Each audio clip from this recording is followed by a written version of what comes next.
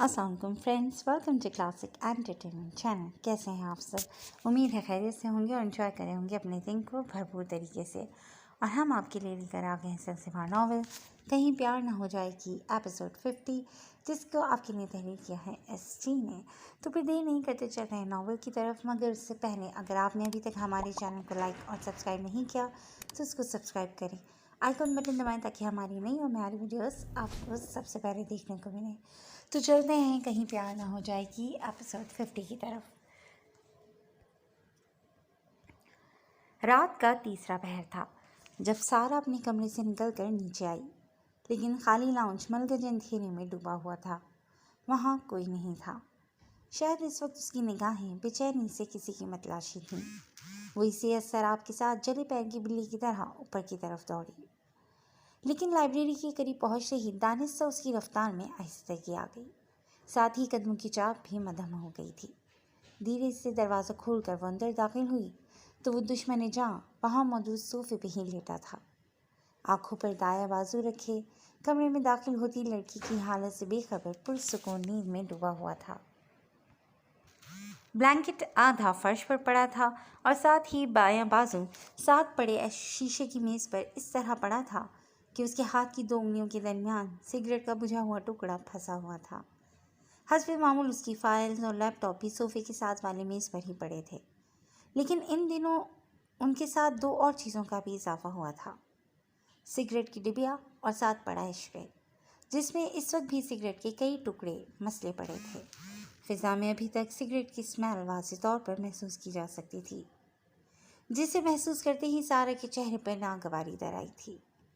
वो दबे कदम उठाती आगे बढ़ी और बहुत मोहतात अंदाज में कि कहीं वो जाग ना जाए या वो उसके सोए हुए अरमानों को फिर से ना जगा दे।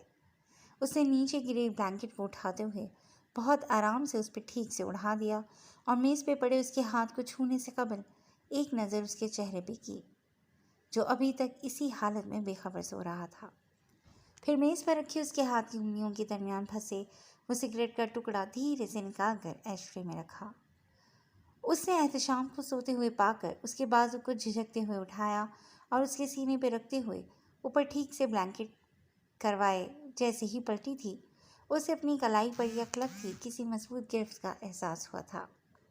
इससे पहले कि वो कुछ समझ पाती, लेकिन एहतशाम ने उठकर बैठते ही उसे अपनी तरफ खींचा तो वो एक बार फिर से उसकी आगोश में मौजूद थी।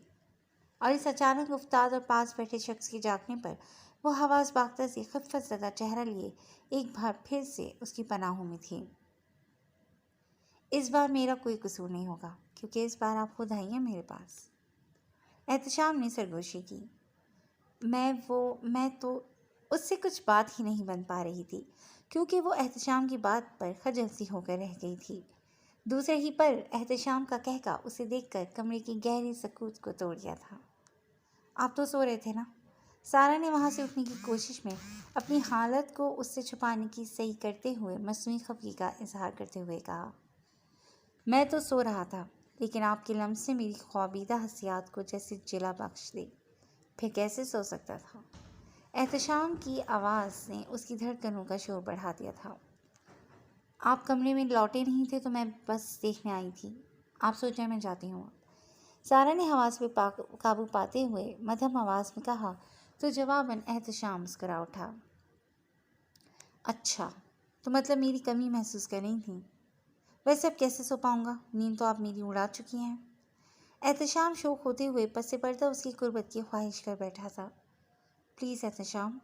सारा ने उसकी जसारतों से कबल ही पहली बार एक मुल्तजी निगाह उस पर डाली थी, और ये वो निगाह थी जिसके सामने हर बार एहतशाम का सरेंडर कर देता। अभी भी वो हथियार डाल चुका था, क्योंकि रुखसती वाली रात ही तो उसने सोचा था कि वो इस रिश्ते को उसकी भरपूर रजामंदी के साथ ही आगे बढ़ाएगा। फिर अपने कॉल से कैसे फिरता? अभी शाम की गई जसारत भी तो नहीं भूली थी उसे। गो कि उसने अपना इस्तेहकाक ही तो इस्तेमाल किया था, लेकिन मुकाबिल की रजामंदी लिए बिना उस बात पे ही वो शर्मिंदा सा था। कुर्बतों का सफ़र अगर बाहिमी रजामंदी से तय किया जाए तो उतना ही पुरकशिश, पुरसुकून और सहरंगेज़ होता है। और मैं इस पुरफसून सफ़र में अकेले नहीं भटकना चाहता, बल्कि अपने हम सफ़र के साथ पूरी जाज़बियत से गुम होने का मुश्ताक हूँ। ठीक है, جائیں آپ سو جائیں۔ احتشام نے صوفے کے بازو کے ساتھ رکھے اپنے تکیے پہ پیچھے گرتے ہوئے اسے جانے کی اجازت دیتی تھی۔ سارا کے دل میں اس شخص کی قدر کہیں زیادہ بڑھ گئی تھی۔ اس نے اٹھتے ہی ایک نظر اس شخص کے چہرے پر ڈالی تاکہ اس کے تاثرات کو دیکھ سکے، لیکن وہاں کوئی ملال نہیں تھا۔ ہاں، اس کی آنکھوں میں انتظار کی نمک دکھائی دے رہی تھی۔ وہ اپنی خواہش پہ سارا کی خواہش کو مقدم رکھتے ہوئے بھی بے سکون نہیں تھا، بلکہ ایک مسکراہٹ کے ساتھ اسے الوداع کیا۔ وہ تشکر بھری نگاہوں سے اسے دیکھتی کمرے کا ماحول ایک بار پھر سے بوجھل کرتی جا چکی تھی۔ نئے سرے سے بھا گیا مجھے وہ جب بھی ملا، سو ایک شخص سے میں نے بارہا محبت کی۔ احتشام نے اس بوجھل پن کو دور کرنے کے لیے شعر کہا اور پھر سے آنکھوں پہ بازو رکھی آنکھیں موندے کسی کے سپنوں کی چاہ میں تھا۔ صبح وہ آفس جانے کے لیے اپنے کمرے میں آیا تو سارا کو گہری نیند میں پا کر وہ خاموشی سے واش روم کی طرف بڑھ گیا۔ فریش ہو کر لوٹا تو وہ ابھی تک ویسے ہی سو رہی تھی۔ سارا! احتشام نے اس کے قریب کھڑے ہو کر اسے پکارا، لیکن اس کی آواز پہ بھی سارا کی نیند نہیں ٹوٹی تھی۔ احتشام نے جیسے ہی اس کے رخسار کو دھیرے دھیرے سہلاتے ہوئے اسے پکارا، پہلے تو وہ کسمسائی، پھر کسی کا لمس اپنے وجود پہ محسوس کرتے ہی اس کی پوری آنکھیں کھل چکی تھیں۔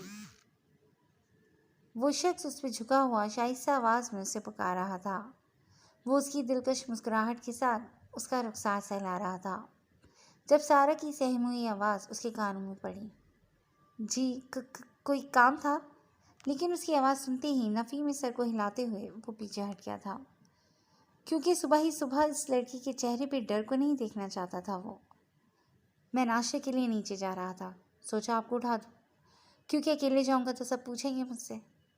میں انتظار کر رہا ہوں، آپ فریش ہو جائیں پھر نیچے چلتے ہیں، احتشام نے پیچھے صوفے پہ بیٹھتے ہوئے کہا۔ جی، سارا مختصراً کہتی ہوئی وہاں سے اٹھ گئی تھی۔ وہ فریش ہو کر لوٹی تو وہ اپنے موبائل میں مصروف تھا۔ چلیں؟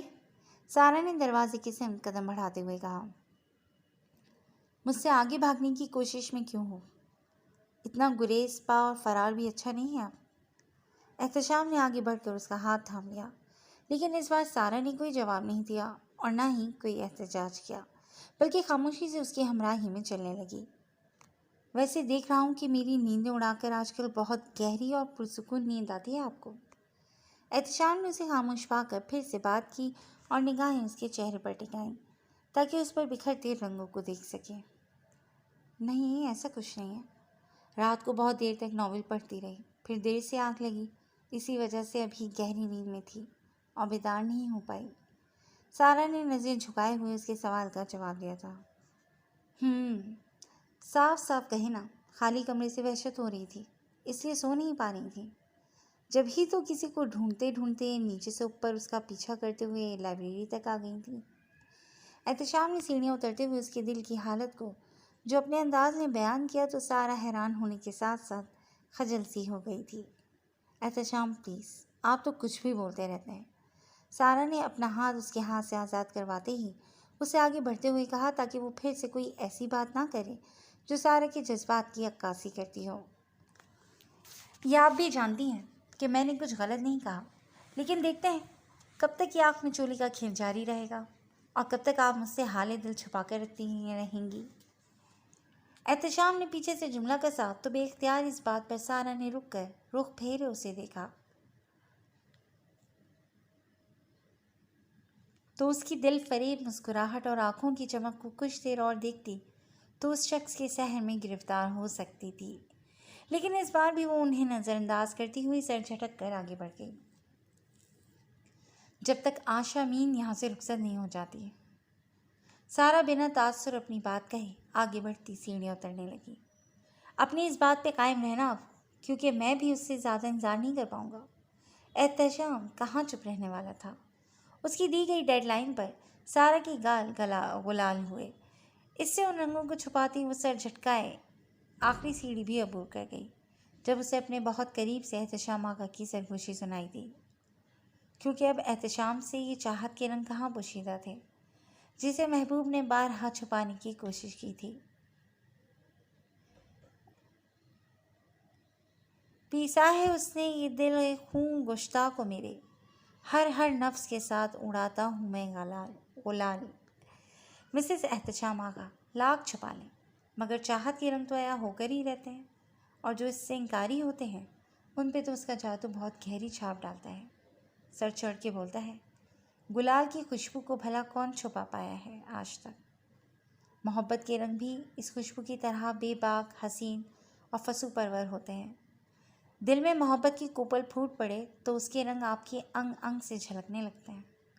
सो अपनी हमाकतों से बाज आ जाएं और ये बावर करवाना बंद कर दें कि आपको मुझ में कोई दिलचस्पी नहीं है, क्योंकि इसका सबूत कल रात ही आप खुद दे चुकी हैं मुझे।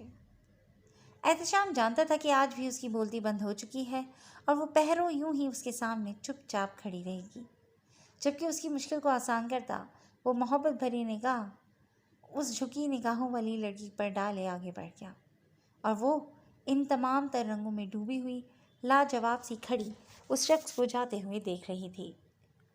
आशा की शादी के दिन भी तय पा गए थे। वक्त बहुत तेज़ी से सरकता जा रहा था और बिलाखिर सिमी और एनी की शादी भी सर पर थी। इसीलिए तय पाया कि सिमी की शादी के बाद जल्द ही आशा की भी रुखसती कर दी जाएगी।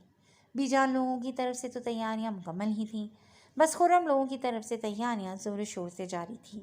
जब शादी के दिन थोड़े आगे रखे गए,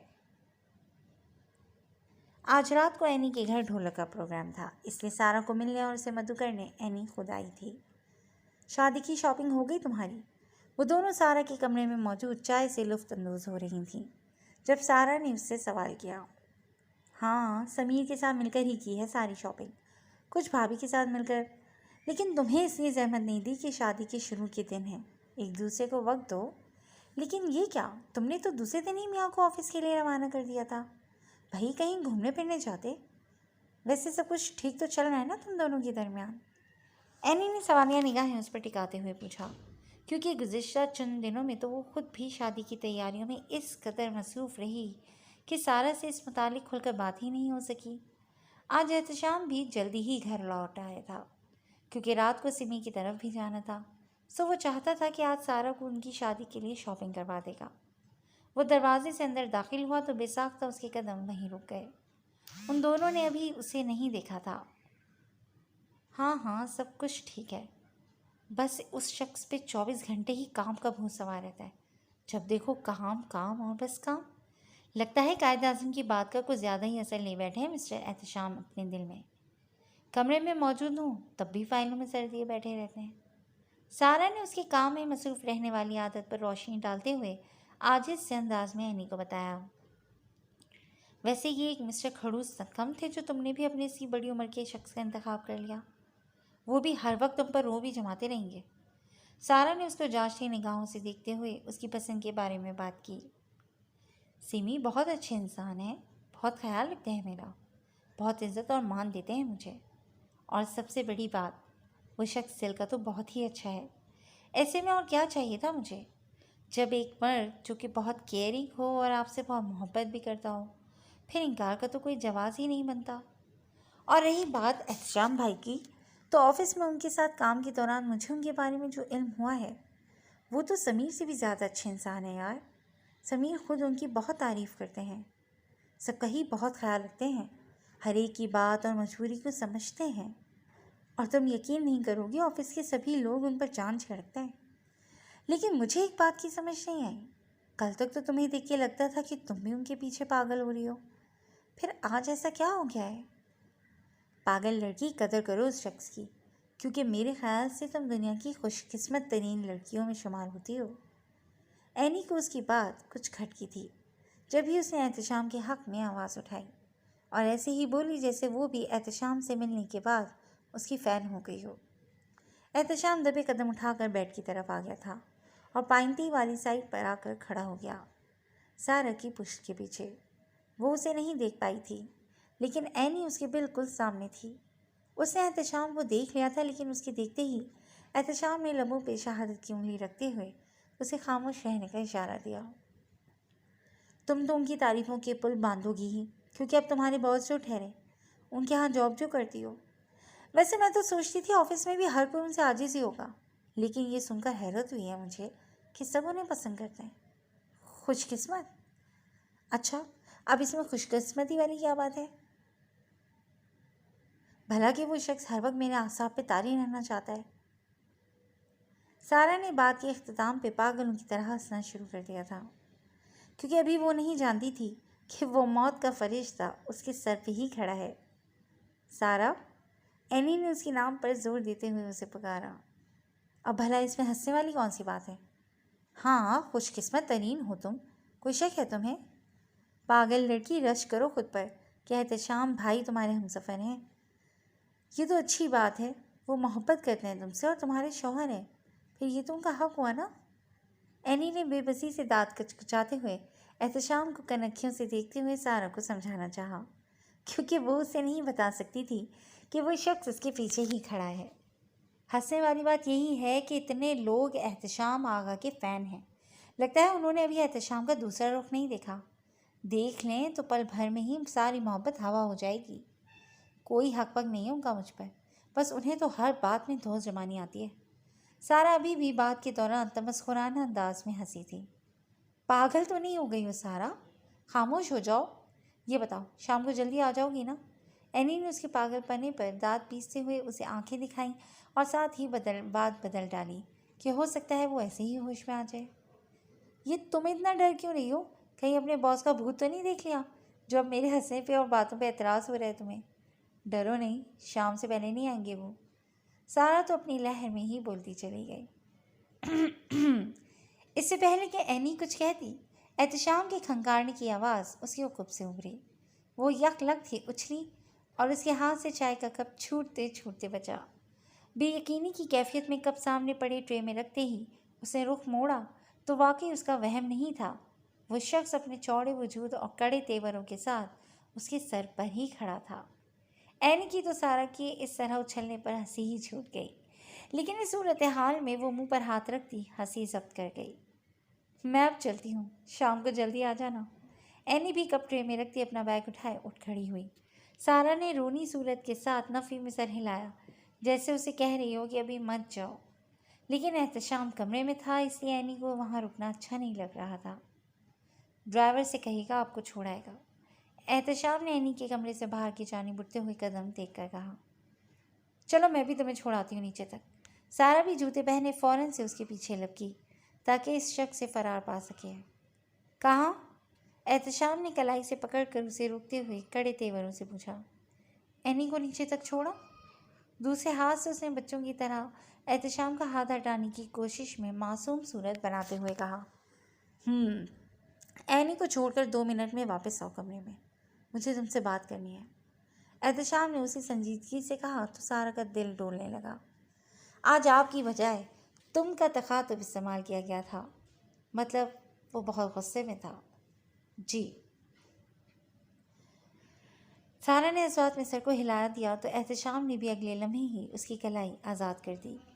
جہاں سارا کے چہرے کی ہوائیاں اڑی ہوئی تھیں، وہیں احتشام کا ضب سے لال پڑتا چہرہ آنے والے وقت کی کہانی صاف صاف بتا رہا تھا۔ وہ باہر نکلی تو احتشام ڈریسنگ روم کی طرف بڑھ گیا۔ جی فرینڈز، آج کے لیے بس اتنا ہی۔ کیسی لگی آپ کو آج کی ایپیسوڈ؟ ہمیں اپنی کمنٹ سیکشن میں اپنی رائے سے ضرور آگاہ کیجیے گا۔ بہت جلد ایک نئی ایپیسوڈ لے کر حاضر ہوں گے۔ ٹل دین ٹیک کیئر اینڈ اللہ حافظ۔